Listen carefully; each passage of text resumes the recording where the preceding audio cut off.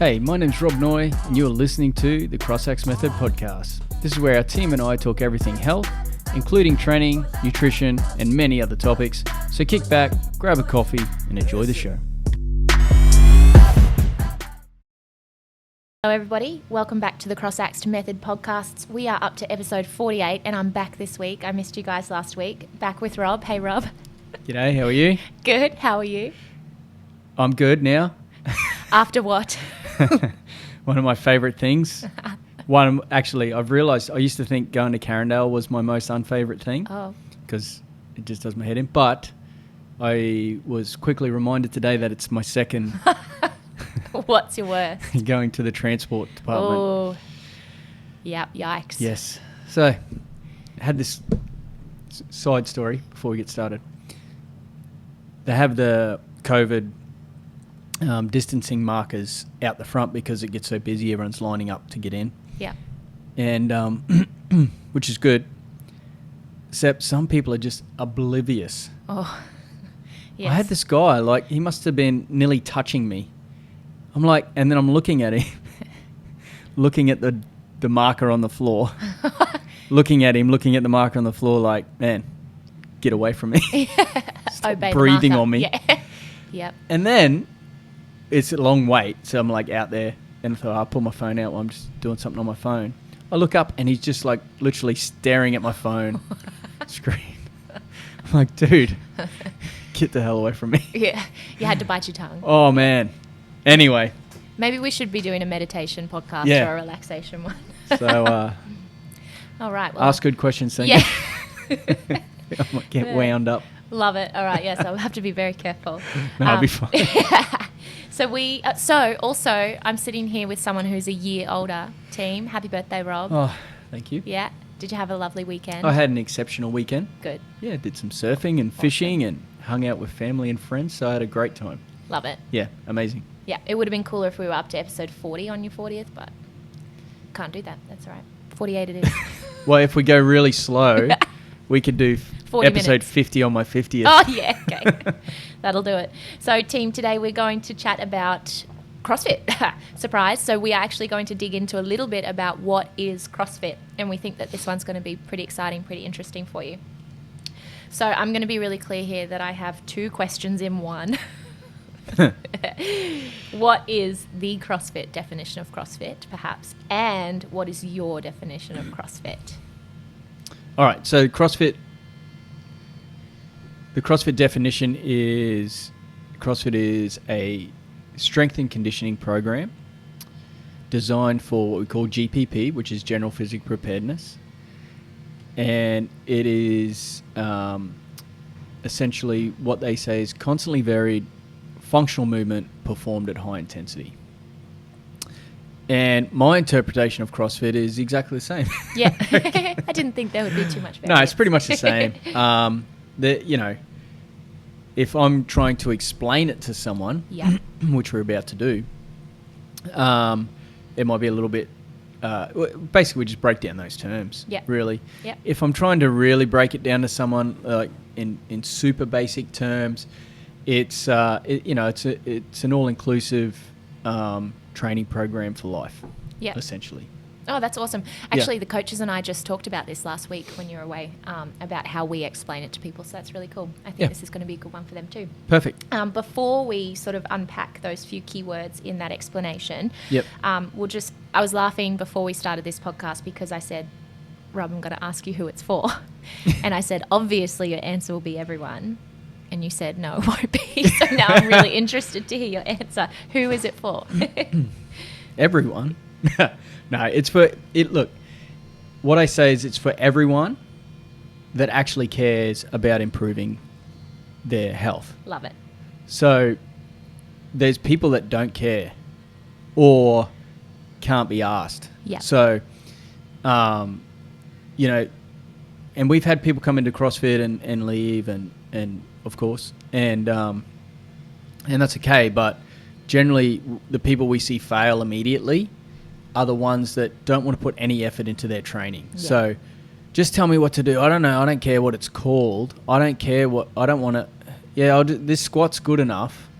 whatever. I don't care. Like, people that don't care don't last. Gotcha. So if someone wants to just go blindly into a gym and, I guess, be told, all right, just hop on the treadmill for 45 minutes and then go to this machine and this machine and this machine, and that's it, then if that's for you, then CrossFit might not be for you. Yeah, I hear you. You know, so it's for anyone that wants to get better. Yeah. And for anyone that actually wants to put some time and thought to it, rather than just being told and being happy that, you know, they're whatever weight or whatever. Yep, love that. Yeah, it makes sense. Yeah, kind of butchered that a bit, but yeah. No, that's good. That makes sense. And I think that that's so true in our members that we see here. Everybody really does care and takes it to the next level and has fun with their workouts. And to be honest, that's why it's so easy being a CrossFit coach. Yeah. Because as a personal trainer, I sacked clients. I'm like, I'm not training you anymore. Yeah, like, right. What? And I'm like, I can't do this. I'm holding your hand. You're not taking any interest in your own training. Yeah. It's like, hey, what do I need to eat? Oh, you need to eat this, this, and this. I really want to get leaner. And then, you know, they come in, what have you eaten? Yeah, I did exactly what you said. And then their best friends go, no, she didn't. Here's a photo of her eating a muesli bar, Mars bar and a Coke. And I'm like, well, you know. Yep. And it just gets to this point where you're like, you know, it's really hard to train people that don't want to help themselves get better. Yeah. And the beautiful thing about CrossFit is everyone wants to get better. So you can come into a workout or come into the gym and they go, hey, what are we doing today? And I'm like, well, you're going to run a mile, then you're going to do 100 pull-ups, then 200 push-ups, 300 squats, and then you're going to run another mile. And everyone's like, let's do it. Happy Monday. Woo! You know? Yeah. And that's awesome. Yeah. And so that makes our job really easy if people are motivated to become better. Yeah, love it. Yeah. That actually is going to be a really great segue later on, and we can have a little bit of a chat about integrity a bit later. But before we get there, so let's dive a little deeper into those keywords you said in your definition of CrossFit: functional, varied, and intensity. Yep.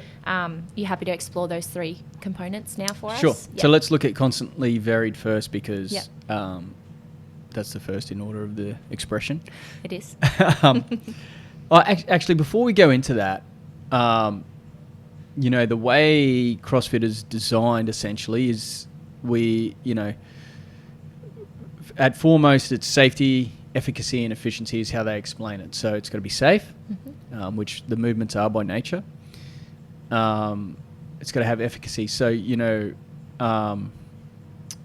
we need to be making sure that what we're doing is I'm just blanking on the term here. Getting the two mixed up. You know, we're producing a desired result. So we're getting the result that we're trying to achieve. So the program works essentially. Yeah. The second thing is, or the third thing is, it's efficiency. So we want to be minimal input for maximal output, essentially. And then the way we do that, it needs to be observable, measurable, repeatable. So we'll talk about those things soon, but essentially we need to be able to observe the same movements over and over again. It needs to be measurable, so we need to be able to measure what we're doing so that we can see if it's working, see if the efficacy is coming into place. It's got to be repeatable, so we need to be able to do the things we're doing over and over and over again to see if we're getting improvement and to make us healthier and fitter. And then, so that's kind of like the broad picture, and that's why we have always had a way and means of logging your score and recording your data, which we still do. It's a little bit hard to find, but you can still record your results, and we do have a leaderboard currently. So make sure you're doing that. It is there. You can, when you go in the app, you can look at class results and you just hit that and it pops up. There's a leaderboard there. So make sure you're putting your results in, guys. And the more we can work on that with Fitbox, the better that's going to become. But anyway, back to constantly varied. So it's constantly varied, but it's not random. All right. So we don't just spew out programming and we just roll the dice and see what comes up and hopefully it works. We do follow strength and conditioning methodology to be able to put our program into place. So you will notice yesterday we did lots of squats, lots of push-ups, lots of pull-ups, and today we did none of that. So we didn't go below parallel. We worked on the machines, just worked on that engine to allow our muscles and stuff to recover. So everything that we do is programmed out.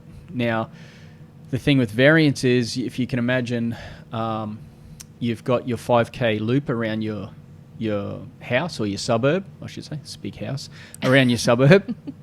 You leave from your house and you go, right, I'm going to get fit and healthy. I'm going to run this loop 3 times a week. And by Christmas, I'll have a 6-pack. Perfect. Once you can do that, once you can run that loop, unless you're extremely diligent with your running drills, and let's say you go, righto, this week I'm going to do, or this run I'm going to do a negative split. So I'm going to run out halfway. When I get to halfway, I'm going to run back, and my return time has to be faster than my start time. And then the next day you go, I'm going to run at this heart rate. And then the next day you go, well, I'm going to sprint 500 meters, and then I'm going to jog at a different pace for 500 meters, and I'm going to sprint 500 meters. And then unless you're doing that every session, the adaptation to that is very minimal. Your body can already do it. It's just, you are getting some benefit. Don't get me wrong. You need some cardiovascular response to it, but the adaptation is very minimal.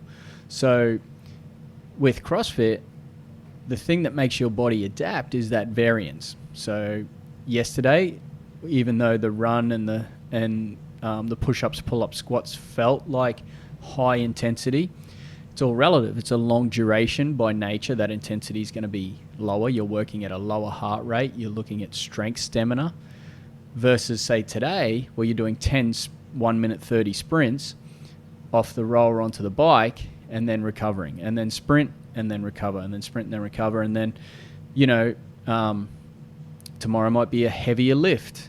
And so that variance means that your body has to respond to that differently. So it's like, oh shit, today I've done those high level intervals.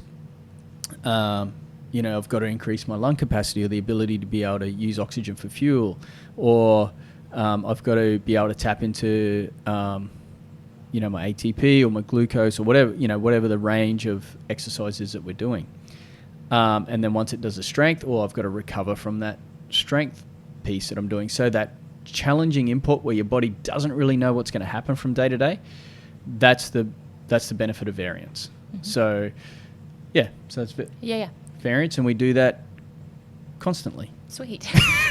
And we're going to dive a little more into that. Which is all the time. Yeah, that's right, we do. We're going to do a podcast maybe next week on what is fitness, and I think a lot of what you just said we might explore a little further in that podcast, so stay tuned. Cool. Yeah. Cool. So functional movement. So CrossFit's a core to extremity program. Now, it's a core program in the sense of it can form the foundation of everything you do, whether you play another sport or life or whatever. Mm-hmm. But it's also core to extremity in the motor recruitment patterns from your brain. So everything we do, we need to brace our core before we start, and then we move out to our extremities, and the velocity generally increases as we move out. So the way we can explain that is the ability to, what CrossFit defines it as is showing us the ability to lift large loads, long distances, quickly. Mm-hmm. All right. So we brace for a power clean. We're pulling that load from the floor all the way up onto the shoulder as heavy as possible and as fast as possible. Now, the other thing about functional movements, they're multi-jointed. Okay, so they're compound by nature. So compounding and multi-jointed basically looks like, say, a back squat versus a leg press. So if you hop in a leg press, you are isolated from the hip up and you're just using your legs to press. Or a preacher curl on a bicep, you're isolated, so you're just using that one muscle group to pull up. And those are machines at gyms for people who don't. Machines, yeah. So using machines, I generally will isolate a muscle group. Yeah. Good for bodybuilding if that's what you want to target, a certain area. But the big movements that we do, they provide what we call a neuroendocrine response or a hormonal and nervous system response. So when most people that are new to CrossFit or aren't doing CrossFit walk into a regular gym and there's Concept 2 rowers there, chances are they won't get on the Concept 2 rower, but they'll get on the elliptical. Now, it's well intended. You'll sit on the elliptical because you think, I can get more calories, I can stay on here for longer, therefore, it must be better for me. Same for a lat pull down versus a pull-up bar, or a back squat versus a leg press. So the reason those things are generally easier in terms of the strength movement is because they're isolating muscles, smaller muscle groups. So if we take a back squat versus a leg press, I need to balance the bar on my back. I need to brace my midline. I need to move the weight out of the rack. I need to take it down through a full depth squat, keeping all of my back muscles engaged, using my legs, driving back up through my legs and my hips and my back and my arms, and then re-rack the bar. So I'm using so much more muscle tissue than if I lock myself into a leg press and just let the weight come down and then just push it back up using my legs.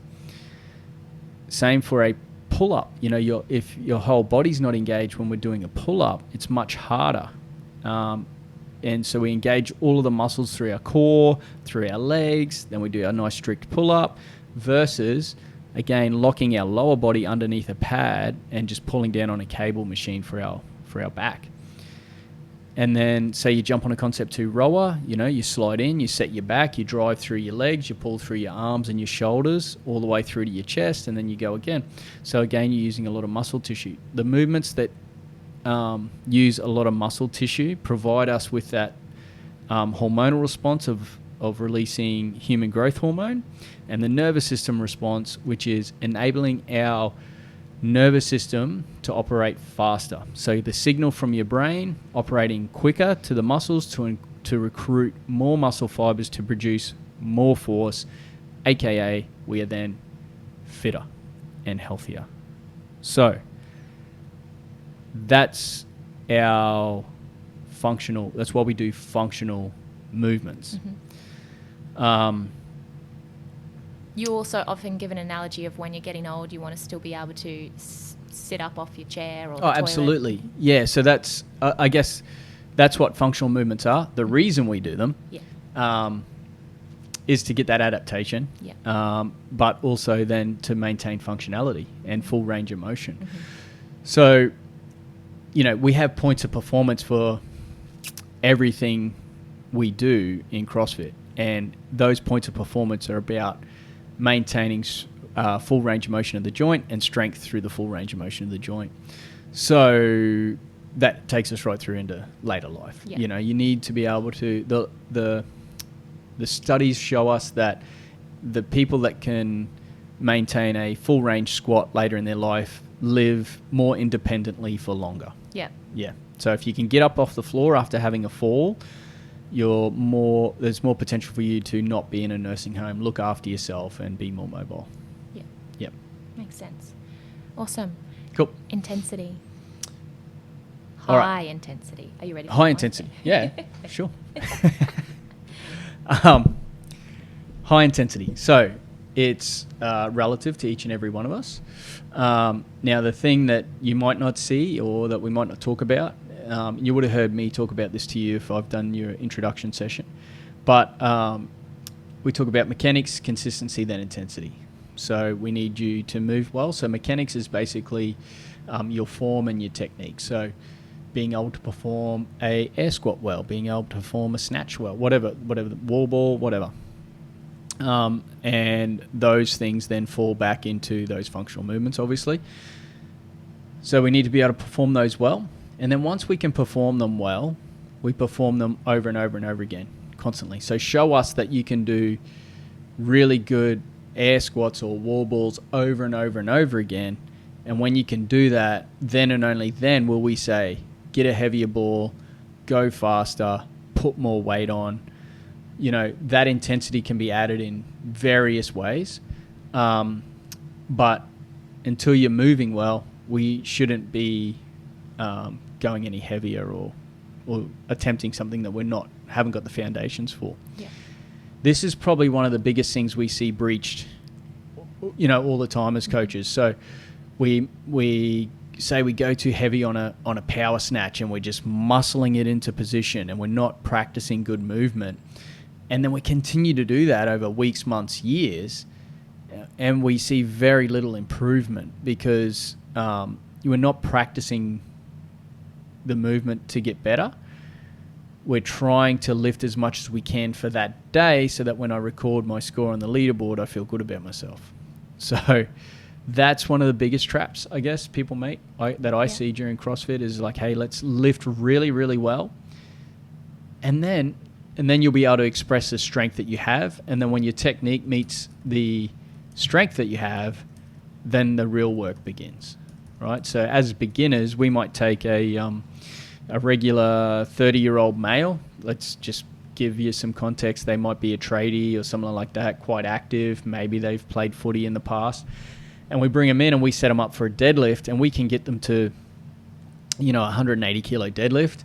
And then we get them back squatting for a few weeks and they can front squat or, you know, maybe front squat 130, 140 kilos, something like that for one rep. With those numbers, we should be easily able to go, righto, now you can do a 140 kilo squat clean. The fact of the matter is their technique's not good enough to match their strength. So if we took that athlete that's pretty strong with a good strong base and got them lifting weight but just made them lift really heavy all the time where their technique was compromised, it's possibly they're going to get injured, but it's going to take them a very, very, very long time to be able to get to that 140 kilo squat clean. Yeah. Whereas if we give them the appropriate weight and they only progress higher when they're lifting that barbell perfectly, they're going to progress so much quicker to get to that 140 kilo squat clean than they would otherwise, and it's going to be safer and they're not going to be injured and all that sort of stuff. Yeah. So, I think I went on a bit of a tangent there. But mechanics, consistency, then intensity. Mm-hmm. So intensity, as I said, is relative to each and every one of us. Yep. Everyone's going to be pushing at their relative intensity. That's right. Or relative high intensity, and that might be, you know, some days it might be heavier, some days it might be slower, some days it might be faster, all of those different things. It just depends on who you are.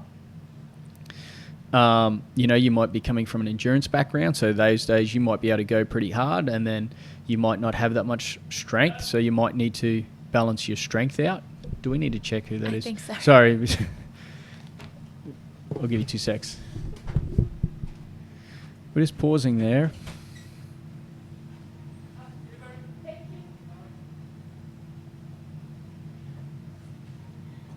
I think we just had a delivery.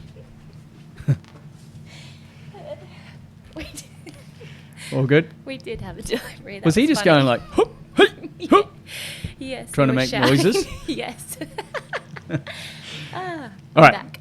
So different people are going to work out a different intensity, and it's you only need to work as relatively hard as you need to at your current level of fitness. Now, to maintain that high intensity, this is why we scale workouts and movements, right? So we scale load, we scale volume, but we don't scale range of motion unless it's around an injury. Yeah. So what kind of as we get proficient, as that consistency improves with our movement, you'll speed up. And so what tends to happen is you'll speed up, and then we'll be like, hey, we've sort of blurred those lines a bit too much. Let's slow down. Let's reach that standard. And then we get that standard back and we move faster and faster and faster, and you move faster than you were before, holding a good standard. And then again, you get to the point where you're blurring those lines, you can't meet the standards. Let's slow down. And then we just keep building it until we're moving really quickly, really well. Yep. Yeah. Yep. So I guess on the conversation of scaling then, so we can obviously still keep the intensity up whilst scaling. Absolutely. I mean, how should we look at that? And is it just sort of go by feel, or the coaches are going to call it out? Well, you're going to learn as you progress through your CrossFit journey. You're going to learn what works for you and what doesn't. Yeah. But at times you're also going to have to challenge yourself, and the coaches might challenge you as well. Yeah. So,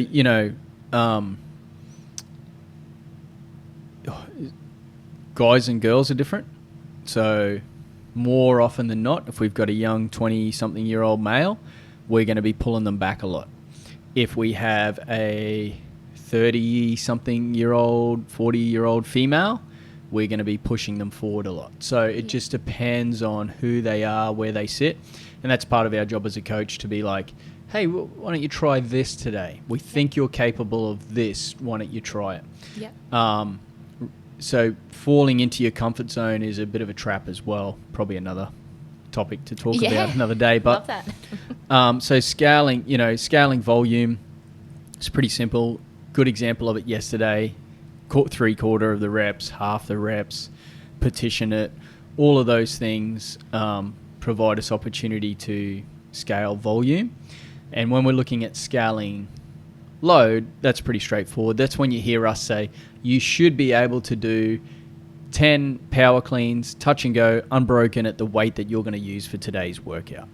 And if you can't with good mechanics, then we need to drop the weight. Yeah. Yeah. Yeah, and there's no harm in scaling, so we really want to get that message out there too. Oh, absolutely, yeah. We don't actually care what you put on that leaderboard. Yeah. No, that's right. And that's the thing, like, that's where it comes back to doing what's right for you. Yes. And making sure that you're improving. That's one of the biggest things, like everyone, it is very easy to get caught up, in the competitiveness of it all. But if we look at what I was talking about at the beginning, and it's observable, measurable, repeatable. Let's say you do a workout and you're being hyper competitive and you're not hitting full depth on your movements, or you're shaving some reps here and there, and then you're like, sweet, I'm going to put that time in on a workout. And let's say we'll use Murph. It was yesterday. Let's say you use that as your time for Murph. You're held to that time forever. So then next time you're going in to do that Murph workout, you go, shit, I know last time I cut some reps. Don't know if I really got all the way down. I'm going to need to cut more reps so that I make sure that I improve my time, so then when I put my score on the leaderboard, my ego doesn't get hurt. Sweet. And then you cut more reps or shave more distance off your squat or your push-up. And it becomes this absolute waste of time for yourself, because you're not progressing. You've got no accountability. All that measuring in the world is pointless because it's not accurate. So there's no solid data there whatsoever. We'd much rather see you in any form of workout complete all the reps to a full range of motion, or do half the reps to a full range of motion and put the legitimate score down, because then we know next time we've got a benchmark to go from, and more than likely you're going to improve and you're going to get better, and the score's going to reflect that. So getting caught up in the leaderboard, while it can be beneficial, it's only beneficial if you're doing the work, right? So That's right. If, it's beneficial, say you got 3 of you guys that go back and forth with each other, give each other a hard time, whatever. That's great, because, you're having fun and you're being competitive, but it's all in a healthy way. If one of those 3 is cheating, essentially, shaving the reps because they want to stay competitive, it's killing the trust between the group to start with. It's showing a massive lack of integrity. And finally, it doesn't really mean anything. So, I know if I'm doing a workout with any of the guys and, they just trounce me by like 5 minutes, I would rather that and know that I did the workout and complete in full how they did the workout, and the fact that they're just going to give me shit because they're way fitter and I'll have my day on another workout. I'd much rather that than, seeing that they're way ahead and then just cutting reps to to keep up, because it's pointless, Yeah. right? It's not doing me any favors. It's not doing them any favors. It's not doing the relationship between me and those guys any favors. So yeah, kind of got sidetracked there. But we scale load and volume. We don't scale range of motion. And we do it to maintain that high intensity so that you can get your heart rate up. You can push hard. You can get a sweat on. You can be lifting at the edges of your ability and progressing. Yep. That's what it's about. Yeah, cool. Yep. So this probably is digging into a little bit about the topic that we want to talk about next week, but you did kind of mention it, so I'm just going to roll with it. Yeah, cool. You mentioned aerobic and anaerobic. So can we have a quick chat about whether CrossFit involves both of those, or one more so than the other? Yes. Thank you. No, that's the answer. Oh. It involves both of them. Well, I knew the answer. Sorry, I didn't pick up on that. Yeah, so so anaerobics, short term, right? We're not essentially using oxygen to fuel the body. We're either using glycogen. So there's 3 energy systems: ATP, glycolytic, oxidative. So oxidative is your aerobic, so longer duration. You're using oxygen in the metabolizing of energy for fuel, or fuel for energy, I should say. Anaerobic is short, sharp bursts. I'm just trying to think. Like a Fran is anaerobic. Some people it's aerobic, but it's anaerobic.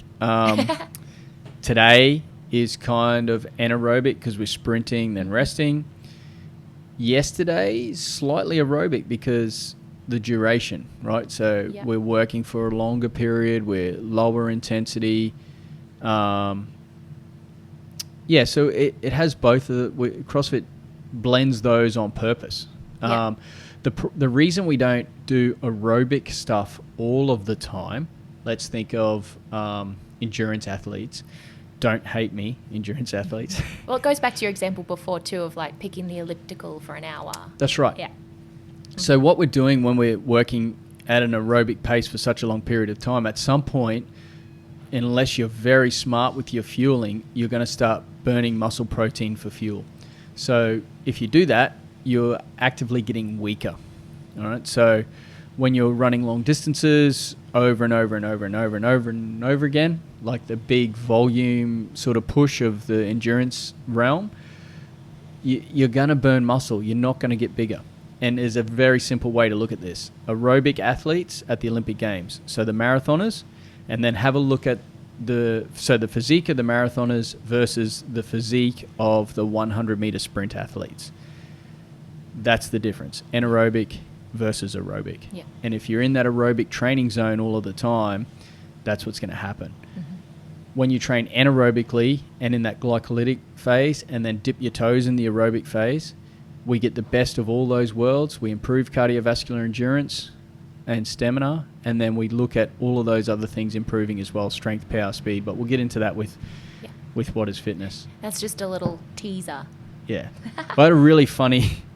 I did an endurance coaching course many years ago, and the instructors, talking through basically that, right? He's saying it was there used to be this thing called CrossFit Endurance, where they would blend CrossFit and help endurance athletes prepare for their events as well.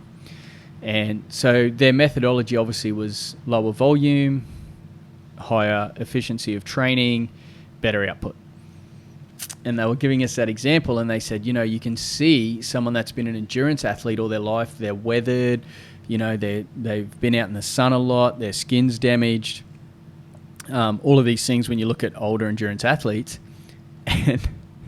And this lady stands up, and she looked like that lady off what's that? Something About Mary. Do you know that movie? I know the movie. Do you know the old lady?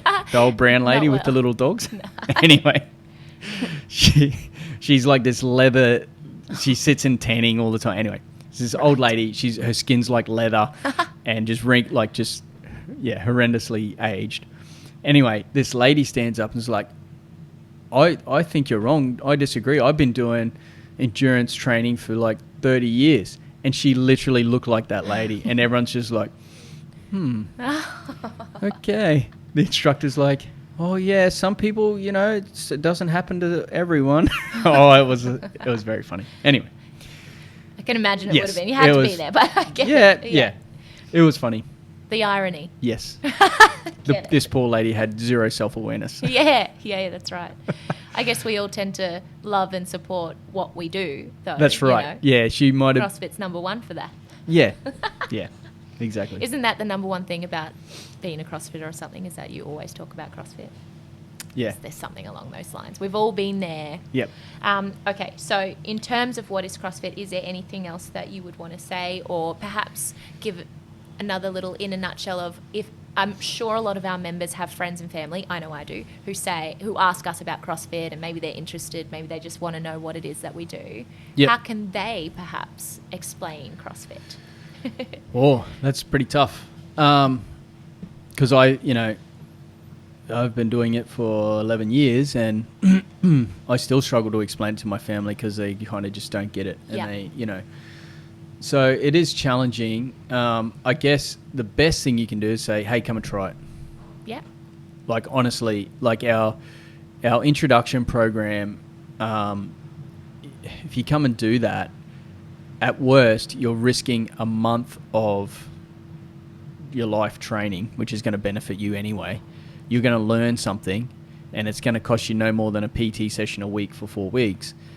And if you can do that, that's going to be the kickstart you need. And then you decide, hey, this is for me, or no, this is not. Yeah. And that's probably the best advice you could give any of your friends. Yeah. I guess just have a look at wherever they're living or whatever. Have a look at the local CrossFit gyms, look at their websites, see what kind of culture they might have, see what their facility looks like, and just try and steer them in the right direction of a good one. Yeah. And in saying that, most of them are pretty good, but a lot of them just have different cultures, and that might not suit your mum. It might be a gym that focuses on young, hard-hitting athletes that want to go to the CrossFit Games, and your mum's 60 and hasn't done anything for a while. It might not be the best match, but just do a bit of research and then point them in the direction, or go with them is probably one thing as well. Take your mates or bring them in here or whatever. And just explain to them it's a combination of weightlifting, monostructural movements, which is your single modality like aerobic cardio efforts, essentially. I shouldn't say aerobic, single modality efforts. So ski, bike, jump rope, all of those things. Yep. Run, and weightlifting. Did I say weightlifting? Weightlifting, monostructural gymnastics, those three. Yep. Yeah.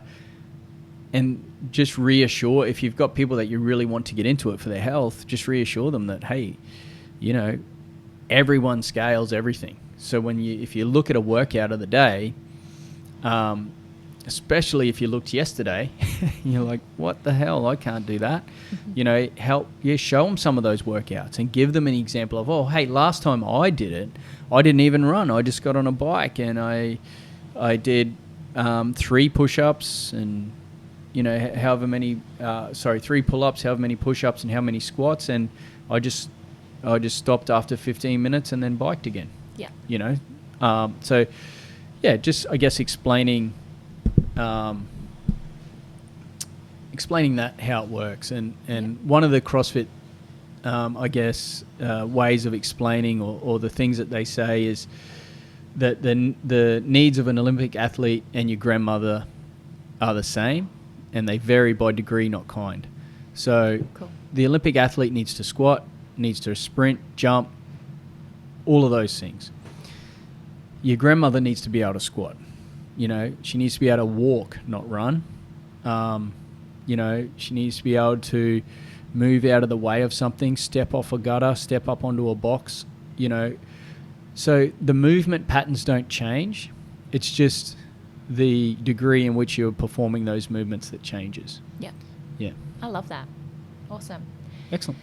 So on that, we have on-ramp every Tuesday morning, Thursday night, if anybody does want to steer anybody our way. Just get them to come and chat to me.